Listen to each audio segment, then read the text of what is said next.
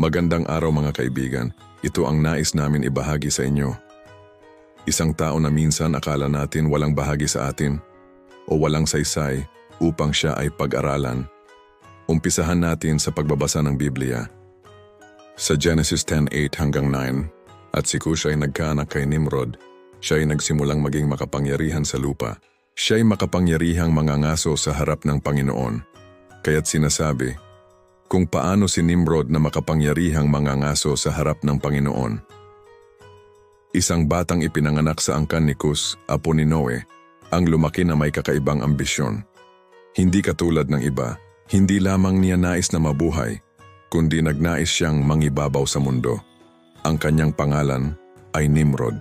Sa harap ng tao siya'y hinangaan, siya'y mangangaso, malakas, matalino. Ngunit sa harap ng Diyos, ang kanyang puso ay nagtatago ng lihim na apoy at lihim na paghihimagsik.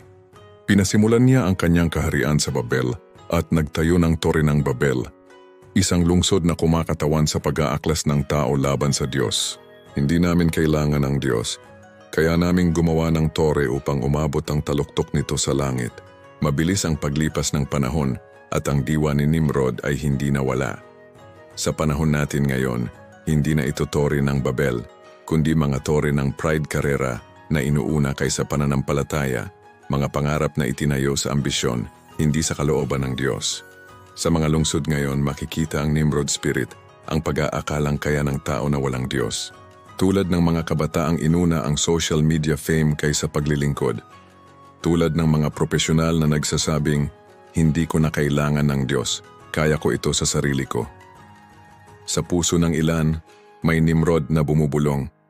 Ako ang hari ng buhay ko. Ngunit tandaan, bumagsak ang tore ni Babel at ang bawat tore ng kayabangan ay ibinabagsak ng Panginoon.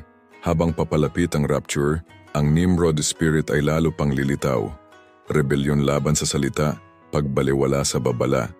Ngunit ang tanong, sa dulo ng lahat, kaninong kaharian ang mananatili? Hindi ang kay Nimrod kundi ang kay Kristo lamang. Kung ang puso ng tao ay patuloy na magtatayo ng sariling Babel, paano siya sasalubong sa langit kapag dumating na ang Panginoon? Maraming salamat sa iyong pakikinig. Purihin ang Diyos.